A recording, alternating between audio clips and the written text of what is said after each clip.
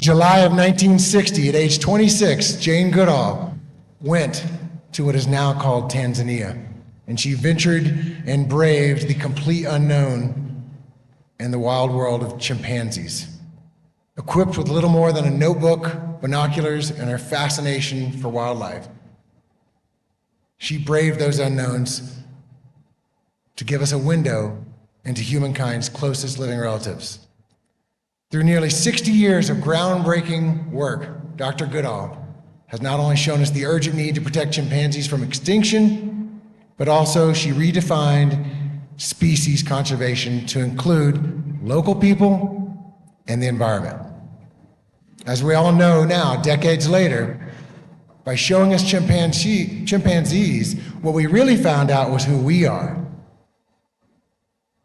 and how all animals can teach, and what all animals can teach us, and how we fit into the world's ecosystems. In 1977, Dr. Goodall established the Jane Goodall Institute, a global community-centered conservation organization whose accomplishments and accolades are too many to enumerate tonight. In 1991, on her front porch in Tanzania, when a group of students told her they felt powerless, and I'm so happy to see young people here tonight, young people said they felt powerless to affect change and the challenges around them. She advised them to take it head on, and Roots and Shoots was born that night. Roots and Shoots encourages young people from around the world to be agents of change by participating in projects on the environment, on climate, on wildlife, and their communities. Today, Roots and Shoots is in 50 states and 65 countries. It's one of the biggest global movements of young people in the world. And ACES, here in Aspen, and Roots and Shoots are different organizations, but we have a lot in common. We're educating for environmental science, for young people in the valley. We connect youths and adults to nature, and we're inspiring young people to hopefully be involved in saving their planet. Today, Dr. Goodall travels more than 300 days a year, and she told me last night, and I can't remember it perfectly, but it was just in the last few weeks, she was in Tanzania, London, Democratic Republic of Congo, Uganda, Korea, Japan in the last few weeks. In the next few weeks, she'll be in San Francisco, Atlanta, Charlotte, and New York City. This is just in a matter of weeks, where she's speaking about the environmental crises, and she's urging each of us to take action on behalf of all living things on the planet we share, and sharing her reasons for hope that we can solve the planet's problems.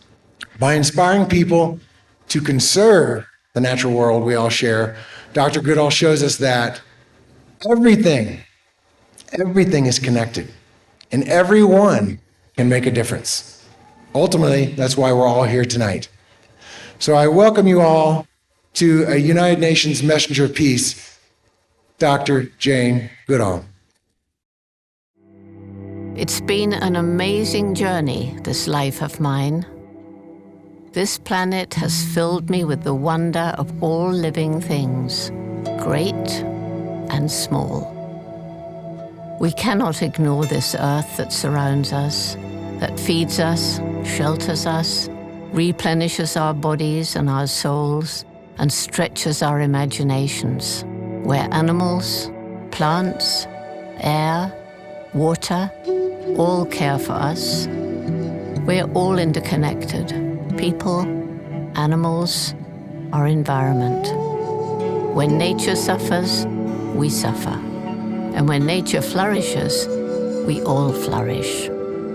I do believe in the possibility of a world where we can live in harmony with nature, but only if every one of us does our part to make that world a reality, so that when you look back over your journey, your life, you can truly say, I did make a difference.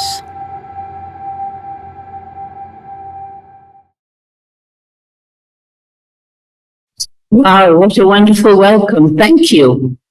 And so I think you deserve a good greeting too, that you'd hear if you came with me into one of the places in Africa where our closest living relatives still live, which is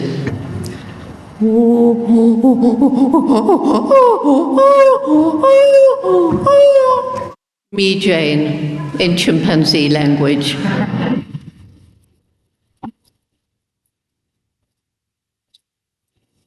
So I want to kind of go back in time to try and help us to understand how I come to be who I am today.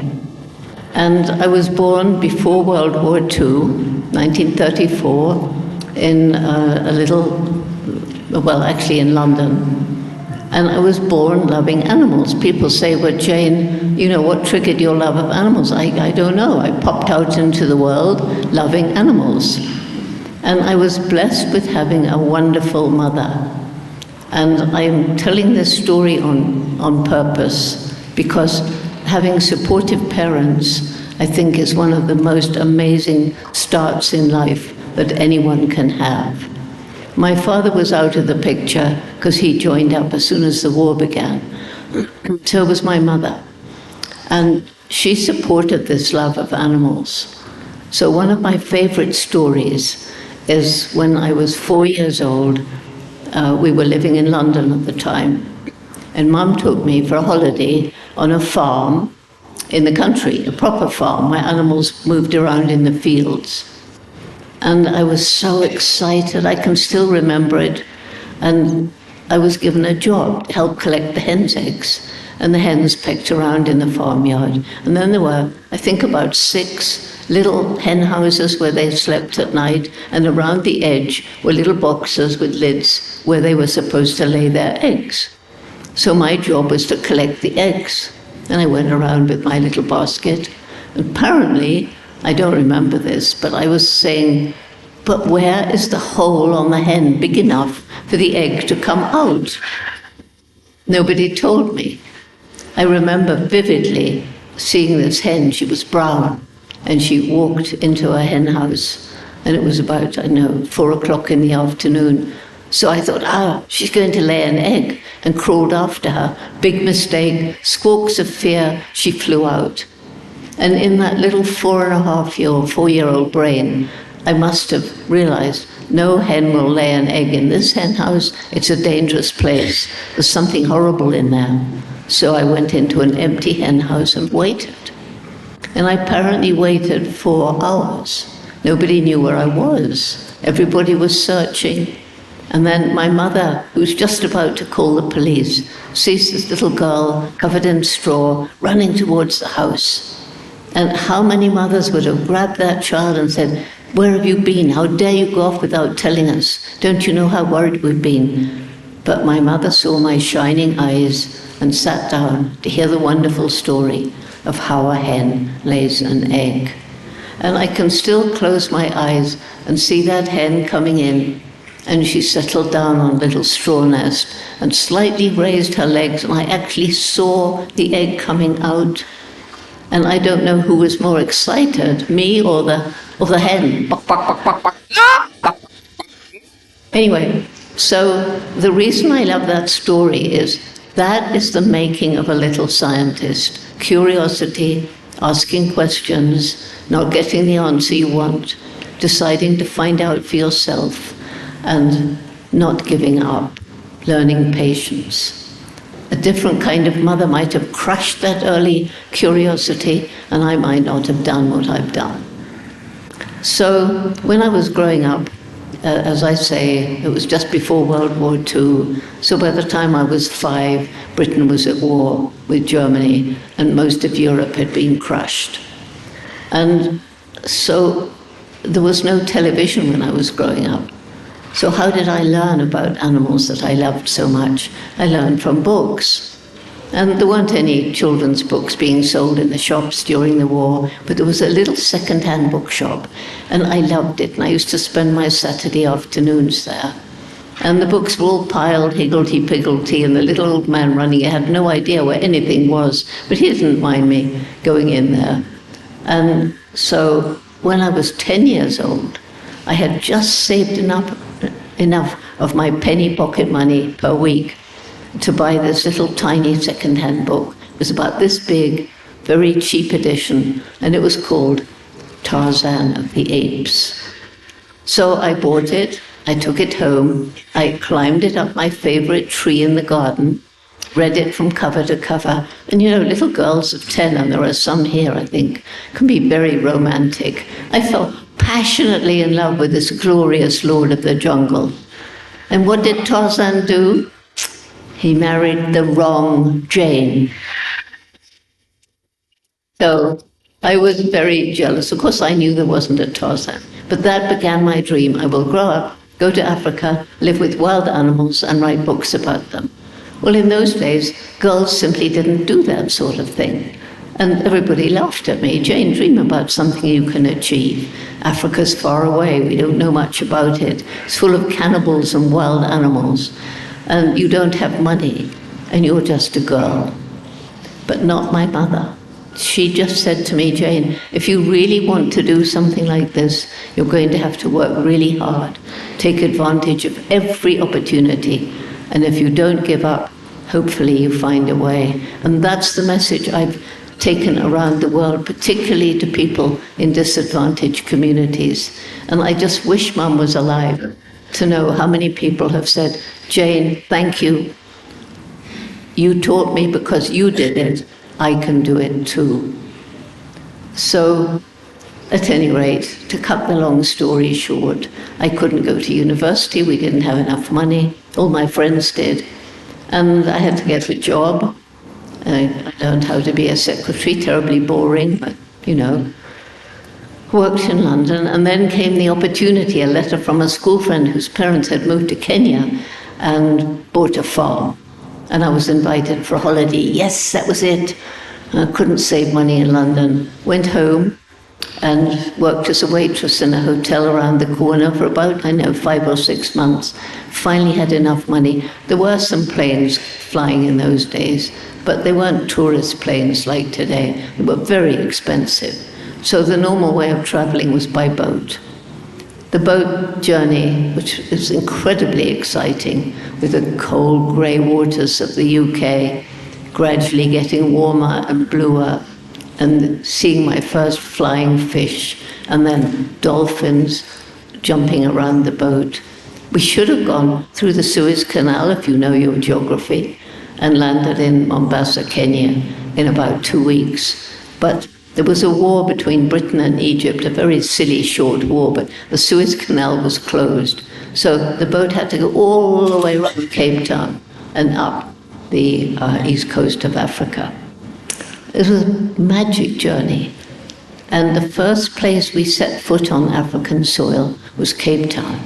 And it was so exciting. I'm in Africa. I've actually made it. And there were Africans dressed in their native costume, and it was all new and exciting. And my mother had 2 friends there, and they said, we look after Jane for the 2 days the ship is in dock. And they took me around, and it was magic. But then I started to notice on the back of the seats, on the doors into the hotels and the restaurants, there were these words in Afrikaans, sex blanc. I said, what do these words mean? White people only. It was the height of apartheid in South Africa, and I wasn't brought up that way. My grandfather was a congregational minister. We didn't judge people by the color of their skin, their culture. We judged people for who they actually were. So I couldn't wait to leave Cape Town. And when finally I got to Nairobi in Kenya, it was different because it was just on the verge of independence from British colonial rule. And so the atmosphere was totally, totally different. I stayed with my friend for a while. Then somebody said to me, Jane, I know you're interested in animals. You ought to meet Dr. Louis Leakey, famous paleontologist, anthropologist. He ran the Natural History Museum in Nairobi. So I made an appointment and I went to see him. And he took me all around the museum. He asked me millions of questions. And at the end of it, he offered me a job as his personal secretary. Guess what? 2 weeks before I appeared, his own secretary had suddenly quit. He needed a secretary. And there I was, that boring old secretarial course. You never know when something may be useful later on. And so I was surrounded now by people who could answer all my questions about the mammals and the birds and the reptiles, the insects, plants in Africa, in East Africa. And it was a dream come true. And then for 3 months in the summer, he let me and one other young English girl go with him and his wife to their 3-month dig in the now famous Olduvai Gorge. But in those days, nobody went there. There wasn't even a trail leading to it. And so we had to stand up in the old Land Rover and look for faint tracks in the grass showing where the car had been the year before. And Olduvai Gorge was surrounded by animals. There were elephants and giraffe, there were lions, there were leopards, there was everything. And Gillian and I shared a little tent. And it was a really magic experience. And I think it was because Leakey liked the way I behaved when on one night Gillian and I met a rhino as close as this wall. Luckily they don't see very well, and the wind was blowing from him to us. He trotted back and forth, and then finally trotted in the other direction. Another evening was a young 2-year-old male lion, fully grown, with a bit of mane starting on his shoulders. He was curious, he followed us for a while. And so around the campfire that night, I think was the day that Leakey decided I was a person he'd been looking for, he says for 10 years, who would go and study our closest living relative in the wild, the chimpanzee. So nobody had accomplished that. A couple of people had tried and given up.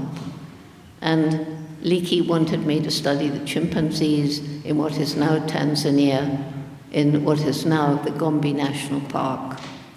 It took a year before he could get the money. Second problem, the British authorities, it was just their colonial rule was about ending, but they were still there and they would not allow a young girl on her own into the forest. Ridiculous. Such things shouldn't be. But in the end, they gave in and said, okay, but she can't come alone. So who came with me? That same amazing mother. We arrived on the 14th of July, 1960.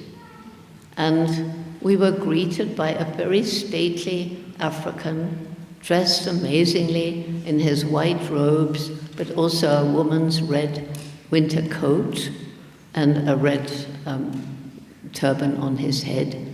We learned later he was the most infamous witch doctor the area had ever known. We didn't know that at the time.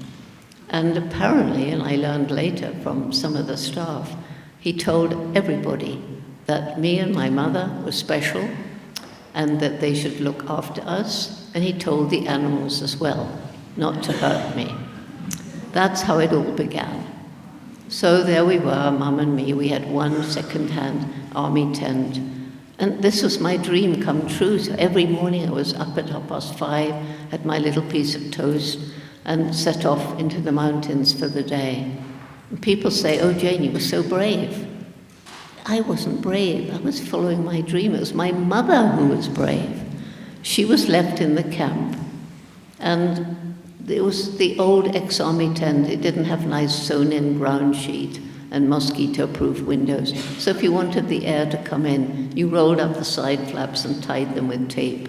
And in came the air, the scorpions, the spiders, the snakes, which I didn't particularly mind, but poor Mum. And there were buffalo, which sometimes came more or less through the camp, and baboons, which are very opportunistic, and they quickly smelt human food, which they decided was quite delicious. So they raided the camp, and the males have these great big canine teeth. And also we had been told we had to have a cook. So we had a cook who'd worked for all the families in the nearby town of Kigoma. And he was a brilliant cook, but he had a predilection for cooking sherry. And so he got fired by one family after another. And they decided, well, this is perfect. Jane and her mother won't have alcohol at Gombe, and they'll have a wonderful cook. Well, fine, except that it took 2 weeks for him to find an extremely alcoholic brew made of fermented bananas. And so there's Mum left with scorpions, spiders, and snakes, ravaging baboons, nearby buffalo, the most dangerous animal in Africa, people say, and a slightly inebriated cook. Nevertheless, for the first 4 months, which was the only time she could stay with me, she boosted my morale. But all those 4 months, the chimpanzees would take one look at me and vanish into the forest. They'd never seen anything like me before. And I was getting more and more despondent. I only had money for 6 months. And the weeks turned into months. And I was getting desperate. And it was Mum boosting my morale, saying, Jane, you've got this peak, and through your binoculars, you're learning about how the chimps move around, either by themselves, or small groups of males, or little groups of mothers and their offspring. Sometimes they gather together when there's a new food available, with lots of excitement and charging around and play. You're learning how they make a nest at night, bending the branches over. You're learning a lot more than you think. And it was just really sad. She left only 2 weeks before the breakthrough observation, when I saw a chimpanzee, the one who had begun to lose his fear of me. I named him David Greybeard. He had this lovely white hair on his chin. And I saw him reach out a black hand, break off a grass stem, carefully push it down into a hole in a termite mound, carefully withdraw it, and eat off the termites. I saw him, moreover, pick leafy twigs, and to make those into tools, he had to remove the leaves very carefully. David Greybeard was using and making tools. So if you saw that today, it wouldn't be at all exciting. Many animals use tools, and some make them. Back then, science thought humans and only humans use and make tools. We were actually defined as man, the tool maker. And so when news of this broke out into the world, the National Geographic got interested and said that they would continue to support the research when my 6 months' money ran out. So now, finally, I could relax. And I gradually got to learn the different chimpanzees who are part of this community of about 50. Males are dominant, and males patrol the boundary of their territory. And so I began learning about their different personalities. They're as different as we are. And I began to learn about their behavior. And the most surprising thing is how like us they are. So, first of all, I was fascinated to find that their communication postures and gestures were the same as ours. Kissing, embracing, holding hands, patting one another, begging for food. Males competing for dominance, standing upright, swaggering with all their hair erect, making a furious bunched lips, and swaggering at each other, sometimes raising an arm. Doesn't that remind you of some human politicians? No name.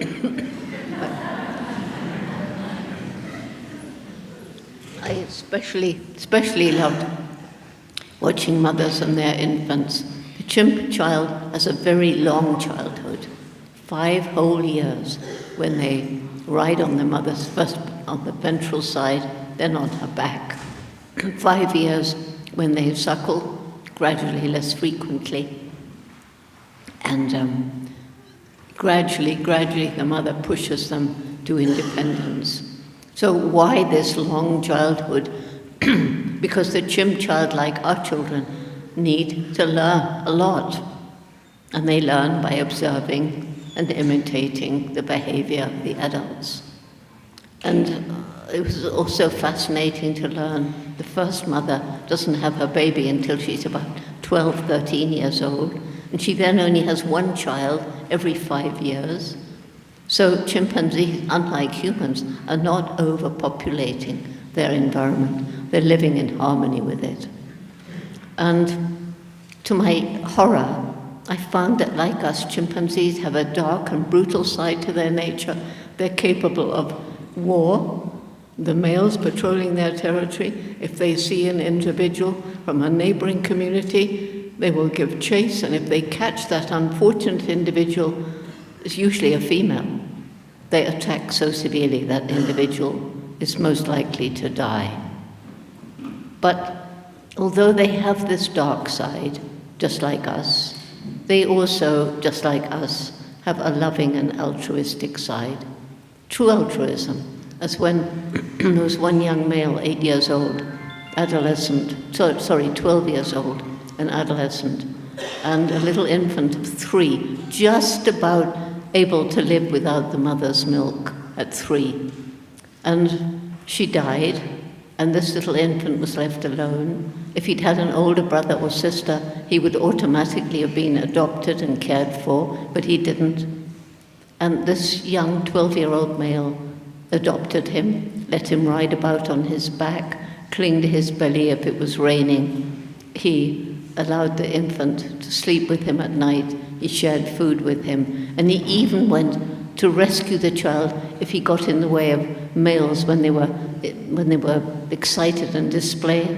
When a male will, it's like they're seeing red, and if an infant gets in the way, that infant is likely to be grabbed and dragged or thrown, as though it's a rock or a branch.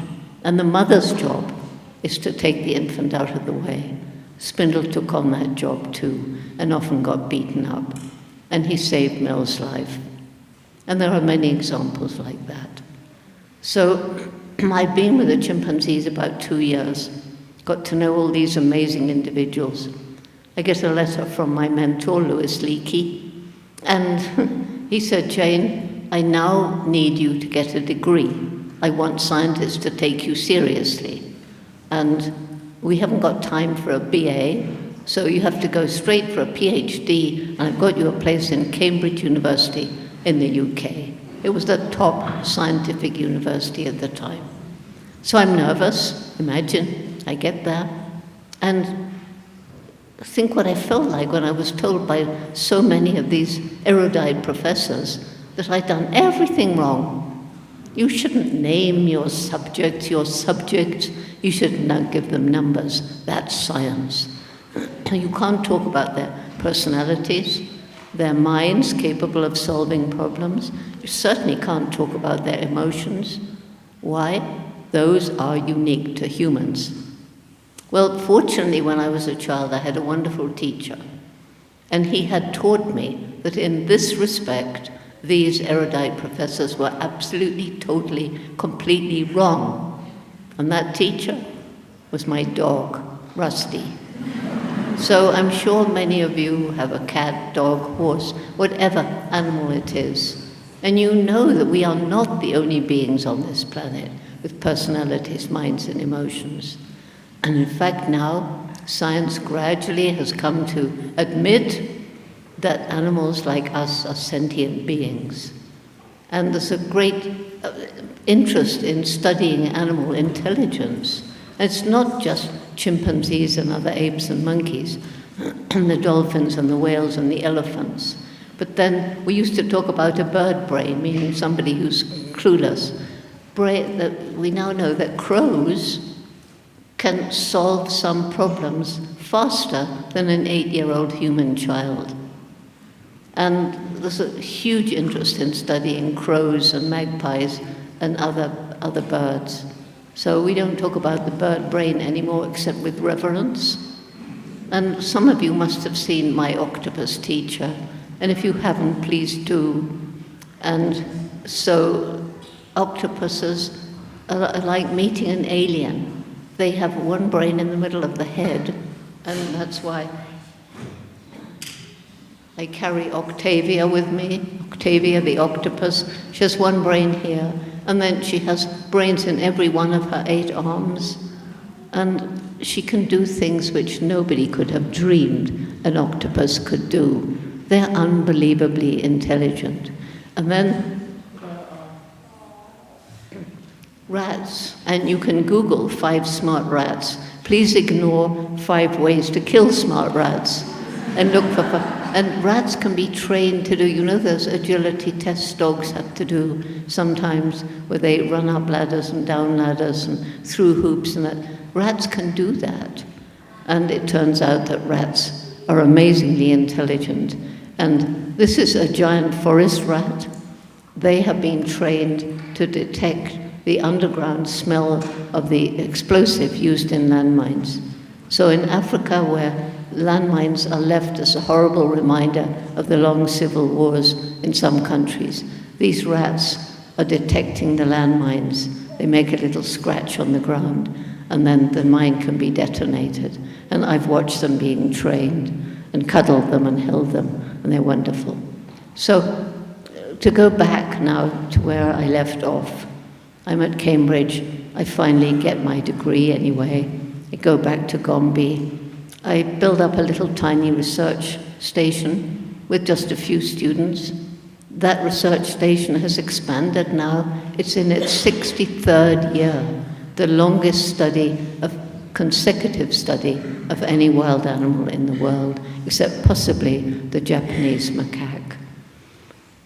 And those were the best days of my whole life. I could be out in the rainforest, and I could spend time alone, either with or without the chimps. And I felt this strong spiritual connection with the natural world. And I came to understand the ecosystem of the forest, made up of this complex mix of plant and animal species, each one with a role to play, no matter how tiny it was. And if you think of this as like a beautiful tapestry, a living tapestry, and every time an animal species or a plant species disappears from that particular ecosystem, it's a thread pulled from the tapestry. So if enough threads are pulled, the tapestry will hang in tatters and the ecosystem will collapse. And that's happening. And we are part of the natural world, and we depend upon it for food, clothing, air, water, everything. But we depend on healthy ecosystems, and those are disappearing around the world. So anyway, I'm now back in Gombe, having my happiest days, also learning about ecosystems, and continuing, of course, to learn about chimpanzees, and getting information from the other study sites that had by then been set up. This is 1986, and realizing that there are these different chimpanzee cultures in different parts of Africa, different objects used as different tools, different gestures used in different ways. And why did I leave that magical world of discovery and immersion in nature? Because in 1986, at a big conference that I helped to organize, we had one session. It was just about chimp researchers coming together to learn about different chimp cultures and so on. But we had a session on conservation. It was shocking. Everywhere, forests were being destroyed, chimp numbers were dropping. We had a session on conditions in some captive situations. The worst secretly filmed footage of our closest relatives in medical research laboratories in 5-foot by 5-foot cages, bars all around, bars on top, bars underneath. Nothing to do. And I went to that conference, which was 4 days, as a scientist, and I left as an activist. People say, that must have been a tough decision. I didn't decide, it was like, if you know the story of Paul on the road to Damascus, he started out as a persecutor of the early Christians. He ended up as the strongest of them all. So what was I going to do? I just knew I had to do something to help. I didn't know what to do. I managed to get permission to go in some of the laboratories, because I think if you haven't seen with your own eyes, then you can't really talk about it from your heart. And amazingly, they let me in, and it started a long fight. And luckily, many animal welfare, animal rights groups joined in. And today, I'm happy to say, I don't think anywhere in the world is a chimpanzee in any kind of invasive medical research. They're mostly in sanctuaries.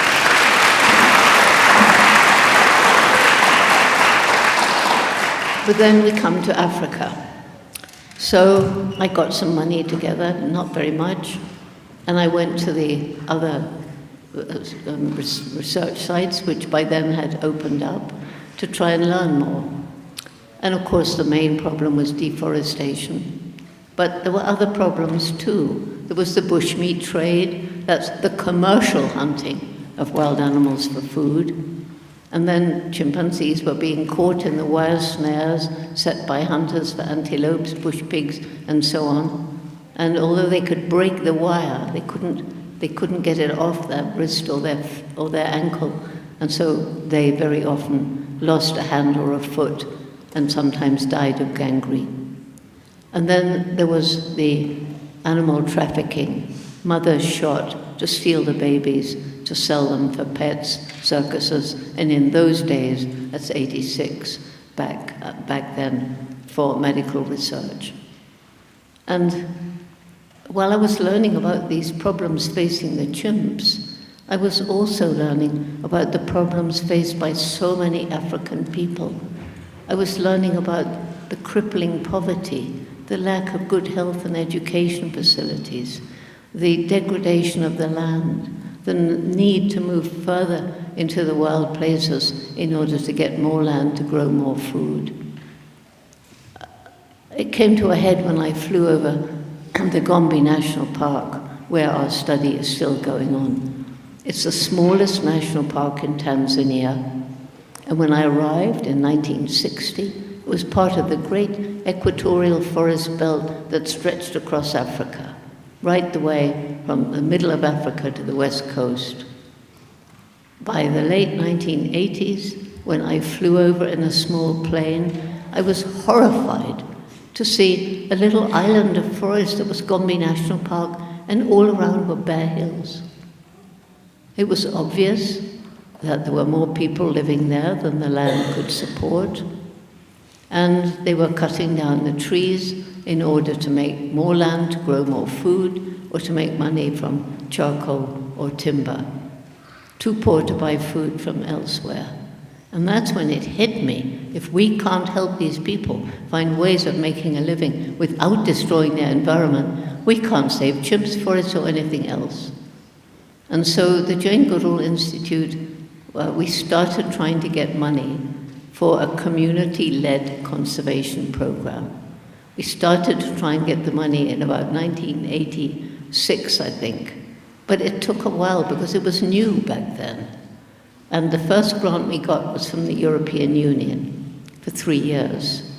And it started off not with a group of arrogant white people going into a poor African village and telling them, well, we're going to help you improve your lives. No, no, no. It was a carefully chosen team of 7 local Tanzanians. And they went into the villages and sat down with the elders and said, what do you think we can do to help make your lives better? The first things they wanted was to grow more food, and they wanted better education for their children and better health facilities. So that's where we began. And then, as people came to trust us, we were able to start other projects with the cooperation of the people in the villages. First of all, scholarships to give girls a chance of secondary education. They didn't have it back then. And we began water management programs. We began microcredit facilities based on Muhammad Yunus's Grameen Bank, so that the villagers could start their own small, environmentally friendly businesses and gradually rise up out of poverty.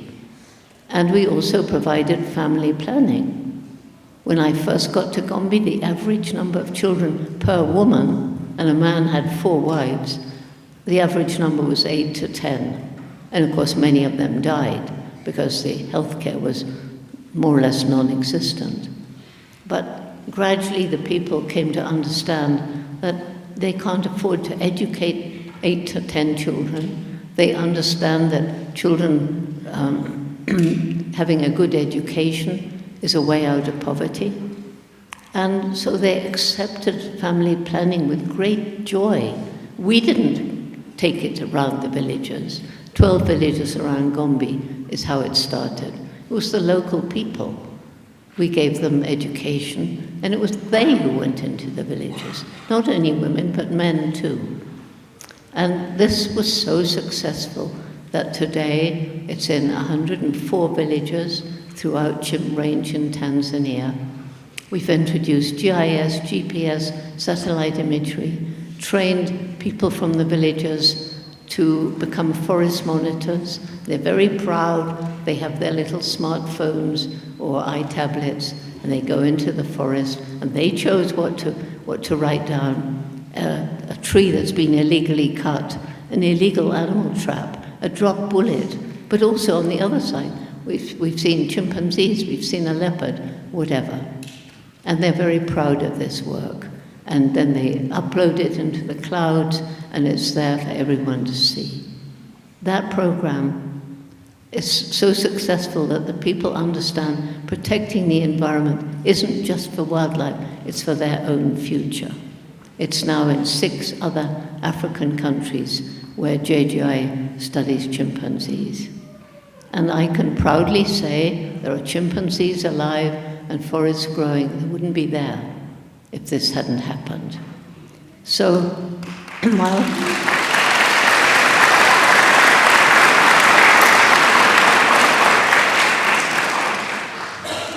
we actually have just produced a book called Local Voices, Local Choices, which is an eyewitness account for many of the people who've benefited from this. Well, by this time I'm traveling around the world and giving lectures and trying to raise awareness, and on the side trying to raise money. I don't like that part of it, but we do need money to keep these things going. And so this program, as it grew, was costing more money. And it hit me. If we don't have young generation growing up to understand the importance of caring for the environment, all the work we're doing today is useless. And so this program, Roots and Shoots, which was mentioned in the introduction, began in 1991. And it began when 12 high school students from 8 different high schools in Dar es Salaam, where I had a house by then, they came to me, and they were concerned about so many different things. Some of them worried about illegal dynamite fishing, destroying the coral reefs. Some of them were worried about the poaching in the national parks. Why wasn't the government doing more about it? It was a very corrupt government back then, by the way. Some of them worried about the street children with no homes, sniffing glue in the streets. Some of them were concerned about people throwing stones at stray dogs. They wanted me to do something about it. And I said, well, go and get your friends together and we'll have a meeting. So a meeting of about 30 young people. They were all aged 17, 19, and something like that. And that's when Roots and Shoots was born, with the main message: every single one of us makes an impact on the planet every single day. And like everybody in this room, we have a choice what sort of impact we make.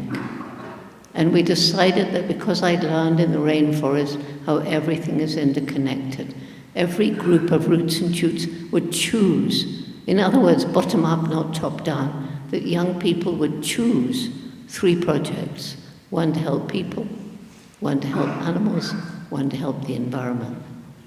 And out of this initial 12 young people, this program is now in almost 70 countries around the world and growing all the time. So we have a little tiny video to show you. It's out of date. We should update it, but it will give you a feeling for Roots and Shoots around the world. You are the reason we found us, so thank you, stars.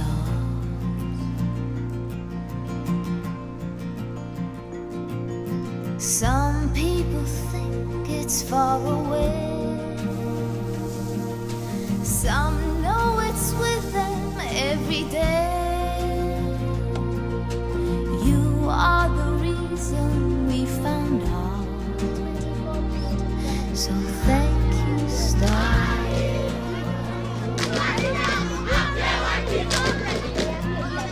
There are no words that can blow it away on the air. When they try to blow it away is when you know it will always be there. To some it's the strength to be apart. Very good job. Hello. To some it's a feeling in the heart. And when you're out there on your own, it's the way back home.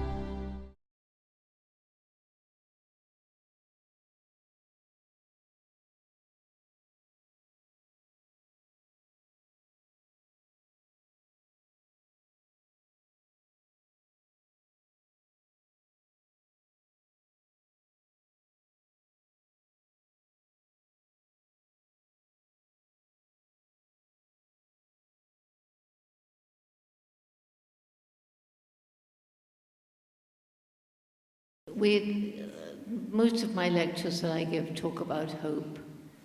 And in these very dark times, sometimes it's hard to have hope. And people are always asking me, Jane, do you really have hope? And I've got several reasons for hope. And there is hope, but there's a big but. There's a window of time when, if we get together and take action to slow down climate change, slow down loss of biodiversity, to get rid of industrial agriculture, especially the agriculture of farmed animals in these factory farms, when we start to think about the impact on the environment and on individuals of genetically modified foods and animals. All these problems and many others, the chemical pesticides and herbicides that are killing the soil on which we all depend. The effects of climate change we see all around the world with increased changes in weather patterns, worse and more frequent hurricanes and storms, and flooding and droughts, and the terrible fires that we hear about all over the world today.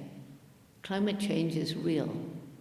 Animal species were in the midst of the 6th great extinction, the first extinction caused by human activities. And many people are giving up. It's not surprising. I mean, if you look around the world today with the wars, the conflicts, the destruction of the environment, I defy any one of you not to feel depressed.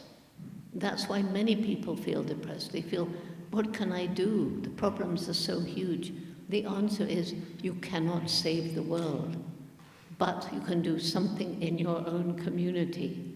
What do you care about? Do you care about plastic that's polluting the ocean? Do you care about the factory farming that is of animals that is causing huge destruction of the environment for miles around to grow the food to feed all these billions of prisoners in the factory farms, all of which produce methane gas, which is a very virulent greenhouse gas. It's more virulent than CO2 that comes from the emissions from use of fossil fuel. Luckily, it's not as prevalent. And also in the factory farms, the animals, just to keep them alive, are given antibiotics, so the bacteria are becoming more and more resistant to every form of antibiotic, and that's leading to the superbugs that are the bane of hospitals around the world. So we are living through dark times, and it's not surprising that people have lost hope. And that's why I say to them, think about something you care about in your community, reach out to friends, see what you can do. Realize that by working on a project, you can make a difference. And that's why I have so much hope in the young people, the Roots and Shoots members, but also other organizations, because once they start to understand the problems and we empower them to take action and we give them a voice, we give them a choice, they can choose what they're passionate about. So they roll up their sleeves and they take action. And I'm telling you, there are places around the world today with all our time zones where there are young people planting trees, volunteering in shelters, volunteering in soup kitchens. You name it, they do it. And they are making this world a better place. And it's my greatest reason for hope is the young people. Why are we growing so fast? We partner with other organizations. And we don't take them over. But if we partner with, I don't remember the name of the organization that exists here for young people, but if we partner, then the young people here will be part of a global family, which Roots and Shoots is. And we can take the voices of the local people out into this great wide network that we have built around the world. So that's why we're growing. And so my last reason for hope is what I call the indomitable spirit, the people out there who tackle problems that seem impossible to solve, but they pay no attention when people tell them, you're being silly, you can't solve this. They just carry on and so often succeed. And these are icons like Nelson Mandela, Martin Luther King, and so on, but they're just ordinary people who have terrible problems to overcome in their own personal lives, in their own cities, their own towns, their own villages. And they just don't give up. And I've got so many stories, but we don't have time for them. I bring Mr. H with me because, I forgot poor old Cow. I think I'd better do Cow first. Cow is one of the people I carry around with me to represent the factory-farmed cows. And if you've seen any of the secretly filmed footage of how cows are treated in these factory farms, it makes you, I don't know what it makes you, but I couldn't sleep at night. And so cow represents what's happening. And I always say to the children, one of the problems with cows, food goes in here. They're ruminants, they have 4 stomachs, so some of the gas created by their food comes out with belches, and the rest of it comes out the other end. And that's the methane gas I was talking about. But I've actually come to Mr. H. Mr. H was given to me about 32 years ago on my birthday. And he was given to me by a man who thought he was giving me a stuffed chimpanzee. And I reached out for his hand and I said, Gary, chimps don't have tails. Gary Horn is blind. Horn, Mr. H. And he said, well, never mind, take him where you go and my spirit's with you. So Mr. H has been with me for 62 or even 3 countries around the world. But the great thing about Gary Horn, he went blind when he was 21. He was in the US Marines. And when he's learning how to live in this new black world, he decides for some extraordinary reason to become a magician. And everybody says, but Gary, you can't be a magician if you're blind. And he says, well, I can try. He does shows for children. He arranges his props beforehand. And the children don't know he's blind. Most adults don't know he's blind. I was amazed when I saw his first magic act. And at the end of the show, he'll say to the children, he'll tell them that he's blind, and he'll say, things may go wrong in your life. We never know. But if they do, don't give up. There's always a way forward. And he does skydiving and all kinds of crazy things. But for me, the most magical one, he taught himself to paint. And in our office in DC, we have the original portrait of Mr. H, painted by a man who's never seen him, but only felt him. And it's completely amazing. And I just have to tell you about another great friend of mine from Canada called Chris Koch. And he was born with no arms, well, there were little tiny stumps about the size of my wrist, and no legs, but out of one hip came, it looks like a flipper. It may be a foot, I don't know what it is. And his parents treated him just like the other children in their family, and he learned to do everything for himself.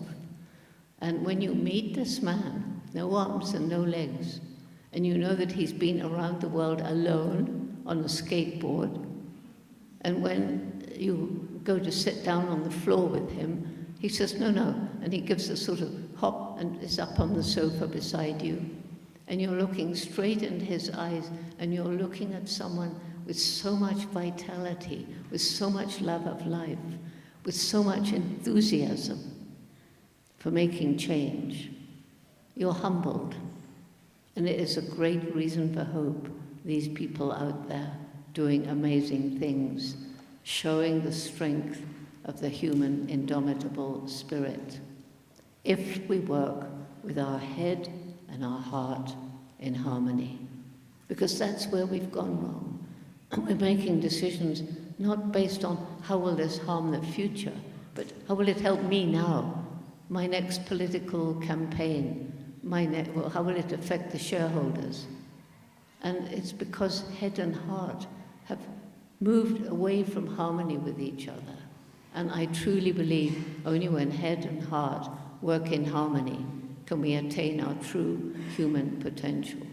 And our true human potential with our brains and how we're moving towards a better world, seeking out new farming methods, finding ways of rewilding the planet, of bringing nature back to places where we had destroyed it, animals rescued from the brink of extinction, poverty gradually being impacted by efforts to raise people out of poverty, people beginning to think about their own environmental footprint.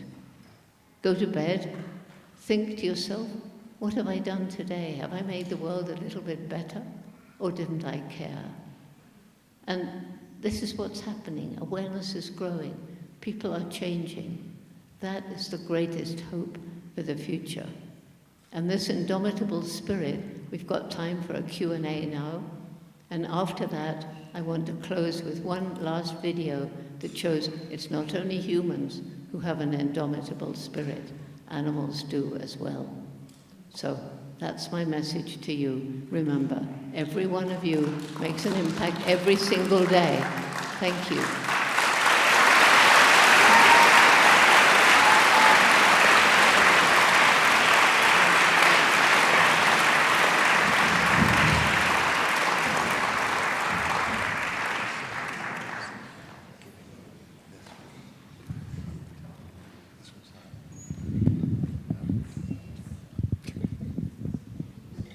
Go. Okay. We have about 10 minutes for some questions for Dr. Goodall, and we have a microphone going up the aisles, and you can raise your hand, and I'm going to call on you. You know, I saw well, let me go here first, right here. Where's our microphone? Right there. Hi, Dr. Goodall. As you know, that President Biden just came back from the G20 that was held in India. I think he came back today. And by all accounts, it wasn't a success, particularly with respect to climate change. And I know that there are amazing individuals around with an amazing spirit, but what to do about all the governments of all these countries who refuse to reduce their fossil fuel production and decrease the amount of carbon in the atmosphere? That's what I'm worried about, is not so much the people, but the governments. And so I want to make sure everyone heard that. So the question was, how do we get the governments to make change? How are we going to get the governments, not the businesses, not the people, the governments, coming off G20? Governments are elected by the people. And if we're in a true democracy, and I have to hate to say it, but democracy is crumbling around the world, then the governments will obey the dictates of the people. That's not always happening. So governments are made up of individuals. And the sad thing is, I've known many amazing individuals, and they go into government, and they got all the right, they're going to change the world, they're going to stick to everything, they're going to make change, and then, oh my goodness, if I go against this bill, or if I support this bill which is protecting dairy farmers or something, then I won't get elected in the next election. And so they cave in. I've seen it happen again and again and again. So you have to remember, governments are made of people, and it very much depends on who a president is. And I think the sad thing all around the world, you elect a president who really does super for the environment. And then the next president can be elected, and he can undo it all. We've seen that in America, haven't we? We have. No, I'm going to have to go for a young person. I'm going to stay in the same area, right here, right in front, white shirt, young man. What would happen if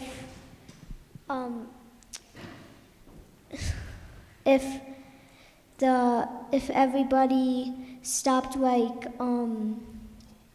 throwing trash into the water and stuff, and polluting the world? What would happen if everyone at once stopped polluting the world? What would happen if everybody wants to stop polluting the world? It means everybody's lifestyle would change, and the world would change, and pollution would stop. And I think one of the important things that Roots and Shoots teaches young people is, if it's just you can pick up a piece of trash every day, and honestly, it won't make any difference. But if you gather 10 friends around you, and each of those 10 friends gathers 10 friends around them, and each of them gets 10 friends around them, I'm not sure how many thousands we're up to by now, and every single one of you picks up one piece of trash a day, or maybe change it to 10 pieces of trash a day. You see the difference that would make? It's collective. When young people or older people make change, it's the collective impact of small choices that can make for big change. It's a very good question. Great question. Next one. I'm going to try to get somebody over here. Wait, who are you pointing at? Nestle, who are you pointing at where? Right here? He's had his hand up the entire time. I think he's not put his hand down. Okay, another young person question. They're the best questions. Here we go. I want to stop polluting the world. Yes! He wants to stop polluting the world. He wants to stop polluting the world. It's not a question, but a great statement. Good for you.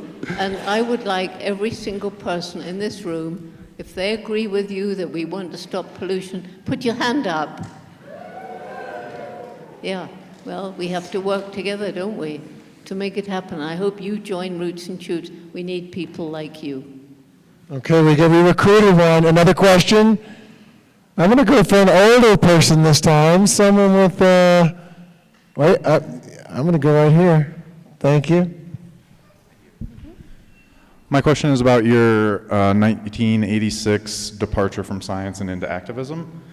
Do you ever feel conflicted and wish that you had continued studying chimpanzees, or Any other subject of interest? I've read that your favorite animal is dogs. Do you have any regrets on that front, I suppose? Regrets on, are you saying on switching from, I'm not sure I understand your question. Sorry, a little nervous. Do you ever feel conflicted or wish that instead of activism, you had continued to study animals in some capacity, following your passions? That you continued studying, you mean beyond, 63 years, beyond that you mean? Yeah, I just mean, do you wish that you stayed involved in like specifically animal behavior research in something that was interesting to you from a personal standpoint more than out of necessity for the survival of humanity? Okay, I think I understand it. More of a analytics versus in the field. Do you have a preference over one or the other? Because you've had to do both and you've had to switch. Well, there's nothing to replace research in the field. There's nothing to replace sitting and letting the chimpanzees tell you how they're living their lives. There's nothing to replace being there on the spot and understanding from what you see unfolding in front of your eyes. And there are some people who don't want to be in the field. Everybody doesn't want to be in the field. So then, because all our Gombe records are now in one place, all being digitized, 63 years of research covering, we're now starting our 5th generation, because chimps can live to be over 60 years. And it's available to students from all over the world. Okay, next question. We probably have time for 2 more questions. I'm going to go in the back with the white shirt with the hand up right there. Yes, you, yes. Hi, Jane. I have a question regarding your mother's innate ability to foster your curiosity. There are a lot of young people in the room, parents, teachers. I was curious if you had any recommendations or motivations to try and inspire curiosity as a teacher. I'm a high school teacher, so do you have any recommendations as an educator to try and foster curiosity? So the question was how to inspire curiosity. That's a great question, by the way. What's a tip on getting people to teach how to be curious? How do you get young people curious? I quite honestly think, and I've had experience of this, if you take any group of young people from an inner city, for example, out into nature, their curiosity is immediately aroused, and they see things they've never seen before. Why does this bee behave that way? Why is this bird doing that thing? Why is an earthworm burrowing around in the ground? They're curious by nature. And the sad thing is we're getting divorced from the natural world. We're living in a bubble of virtual reality, and we need nature. And it's now been proven that we actually need to be out in nature for our health and our mental, our psychological development, especially children. Good psychological development, they need to be in nature. So the tragedy is that either some people, and I bet there's people in Aspen who don't actually think about the environment. I bet you there are some. But in the inner city, there are children who don't have the opportunity to go into nature. I love that answer because it's great for ACEs and what we do, getting people into nature. So thank you for that. And we're going to end with a young person. I'm going green shirt right here. Young person, and then we've got a video after this. You said when you were little you fell in love with animals. Were chimpanzees your favorite to research, or if you researched any other ones? Okay, I had trouble hearing that. Was there any other research besides chimpanzees? Is that what you said? And if chimpanzees were her favorite to research. So what other animals, either that you've studied or that you would recommend someone study? Oh, there are animals out there that nobody knows anything about. We're even now, in this age, discovering new species that nobody knows anything about. And in my life, although the only intensive study was chimpanzees, I've also studied the baboons, I've studied hyenas, I've studied warthogs, and I would like to study every single flipping animal on the planet.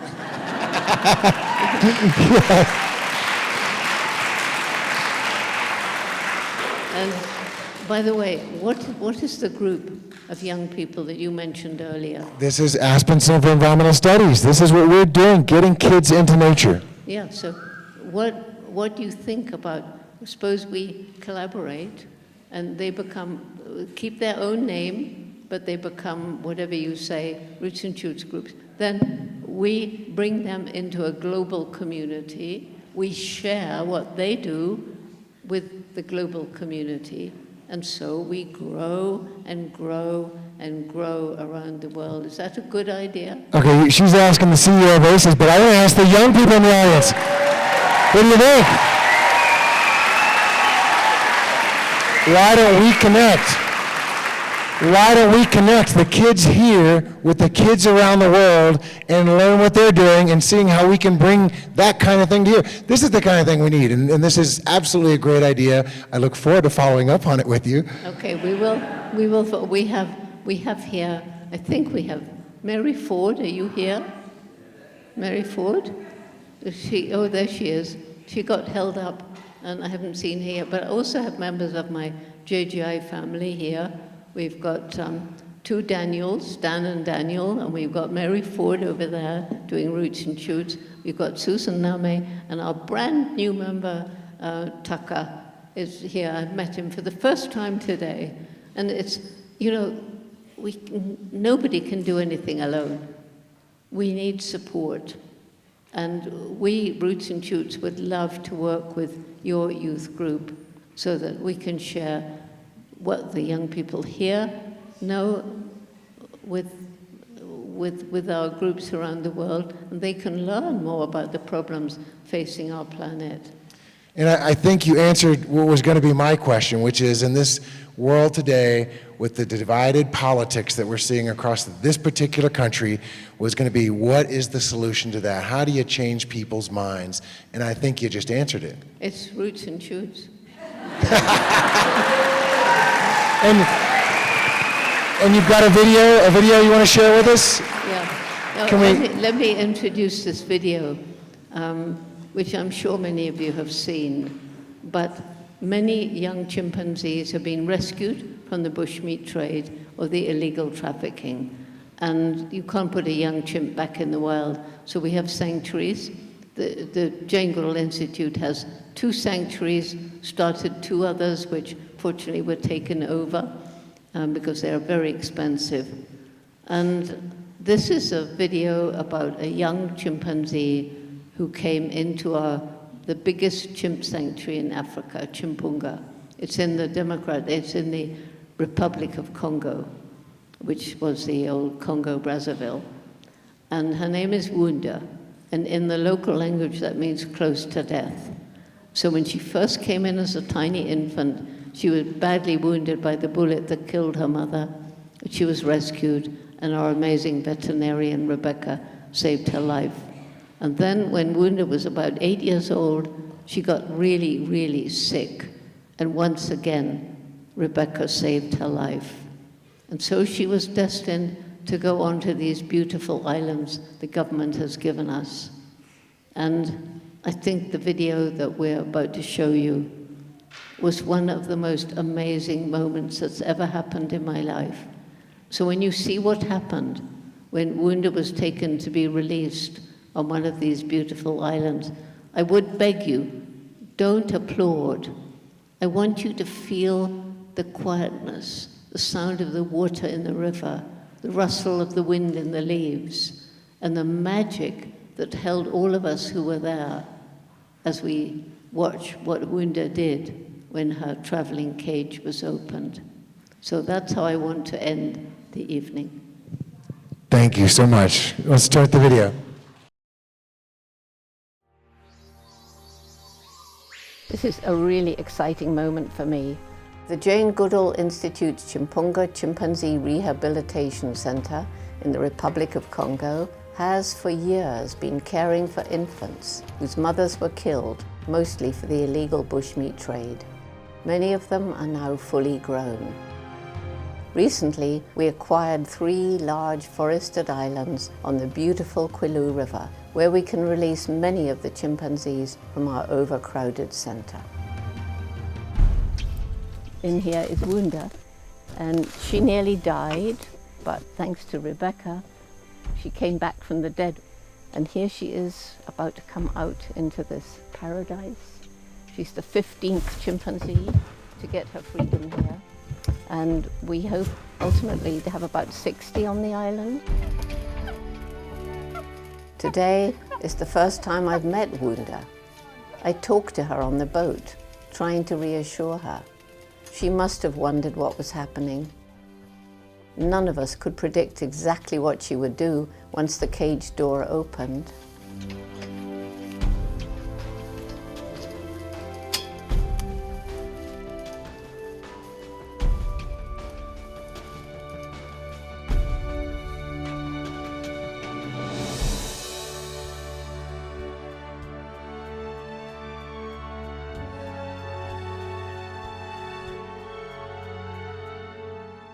It was a very, very touching moment. One of the most amazing things that's ever happened to me. The warmth of her embrace is something I shall never forget. For Wunda and all the other chimpanzees we're working to bring here, Chinzula Island will provide a wonderful forest home where they will be cared for and safe.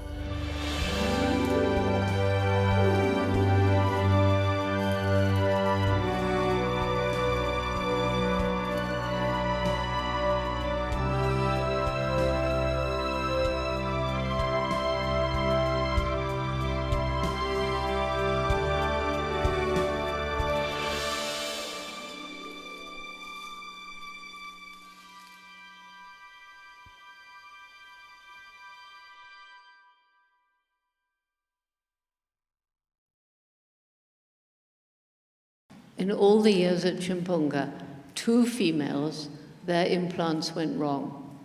One of them was Wunda. She was on the island. She gave birth by herself, no problems, to a very healthy little male who's now 5 years old, and his name is Hope. That's the note I want to end on. There is hope if we all do our bit. Thank you.